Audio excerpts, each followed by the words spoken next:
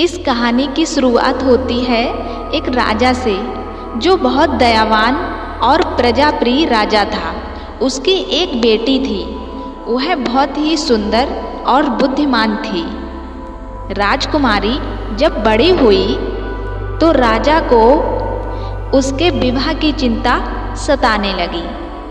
राजकुमारी के लिए वर ढूंढने से पहले राजा ने राजकुमारी की इच्छा जाननी चाहिए। तब राजकुमारी ने काफ़ी सोच विचार कर अपने पिता से कहा, पिताजी, जो व्यक्ति मेरी पसंद का दीपक लाकर देगा मैं उसी से विवाह कर लूँगी। अगले ही दिन राजा ने राजकुमारी की शर्त के साथ स्वयंवर की घोषणा कर दी और स्वयंवर का दिन आ गया। हाथ में दीपक लिए हुए कई युवकों की कतार लग गई।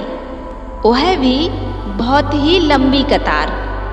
कोई युवक राजकुमार था तो कोई नगर सेठ, कोई साहूकार था तो कोई साहसी बहादुर।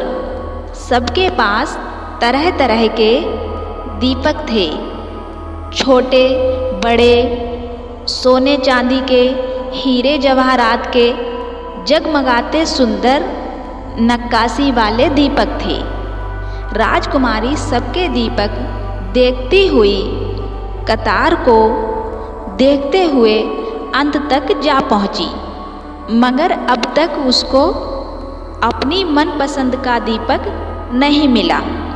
लेकिन कतार के अंत में खड़े युवक के हाथ में कोई दीपक नहीं था। राजकुमारी ने उस युवक से पूछा, आप अपने साथ दीपक नहीं लाए?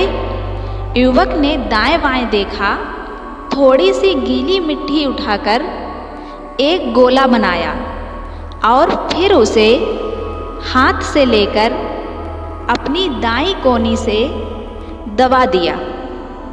तभी मिट्टी का दीपक तैयार हो गया।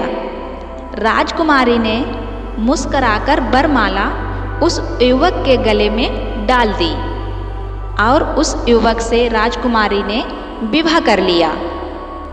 दोस्तों, दीपक का काम होता है प्रकाश देना, फिर चाहे वह सोने का हो या मिट्टी का। जिस समय प्रकाश की ज़रूरत हो तब क्या हम सोने या चांदी के दीपक को ढूंढने निकलेंगे अथवा खरीदने निकलेंगे क्या? वैसे ही राजकुमारी को दीपक की ज़रूरत नहीं थी। वह तो सिर्फ प्रतिभा और दूरदर्शी की प्रतीक्षा कर रही थी।